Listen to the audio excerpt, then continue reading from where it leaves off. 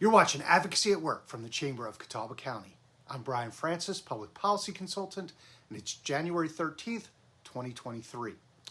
First of all, the new General Assembly is convened. They met for the first time on Wednesday, and members were sworn in. They also elected leadership, and there was none of the suspense or drama that Washington produced the prior week. Representative Tim Moore of Cleveland County won re-election as Speaker. He's now entering his fifth term and is now the longest serving Speaker of the House in North Carolina history. In fact, until Speaker Carl Stewart served 2 terms from 1977 to 1980, speakers in North Carolina only served for 1 term. Meanwhile, in the Senate, President Pro Tem Phil Berger won re-election to lead that body for the 7th time. Since 1993, the Senate has only had 2 leaders. Senator Mark Basnight was President Pro Tem from 93 until 2010, and Senator Berger ever since. Now, this position has also grown in power over the last 30 years or so. The Lieutenant Governor serves as the President of the Senate, and until the late 1980s, had formal powers as the leader of the body.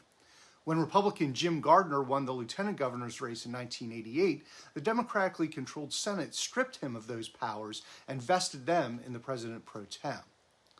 Now, following the leadership elections on Wednesday, the General Assembly adjourned until January 25th, and that will give leadership time to put together their rules packages, committee assignments, and take care of other organizational matters.